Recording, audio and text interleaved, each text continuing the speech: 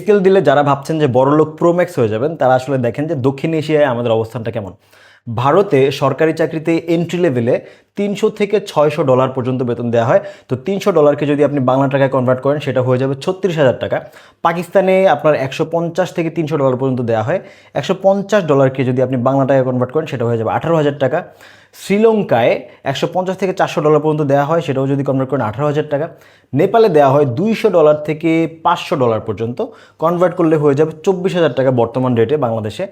মালদ্বীপে সবচেয়ে বেশি সরকারি চাকরিতে বেতন দেওয়া হয়, সেখানে 350 থেকে 600 ডলার পর্যন্ত বেতন দেওয়া হয়। 350কে যদি কনভার্ট করেন 42,000 টাকা বর্তমানে বাংলা টাকায় হয়ে যাবে। এবং মালদ্বীপে কিন্তু টিচারদের বেতন সবচেয়ে বেশি দেয়। মালদ্বীপে টিচারদের বেতন 1 লাখ থেকে 5 লাখ টাকা পর্যন্ত শিক্ষকদের বেতন দেওয়া হয়। এবং বাংলাদেশে, আমাদের দেশে সরকারি চাকরিতে এন্ট্রি লেভেলে মাত্র 120 ডলার থেকে 250 ডলার পর্যন্ত দেওয়া হয়।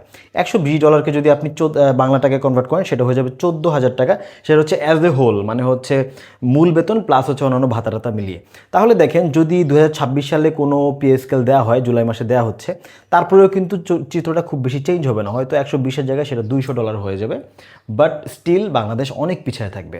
সো বাংলাদেশকে পে কমিশনের আরও কাজ করার ব্যাপার আছে এবং খুব বেশি পরিবর্তন হয়ে যাবে, খুব বেশি ধনী হয়ে যাবে আমরা, এমন ভাবার কিছু নেই।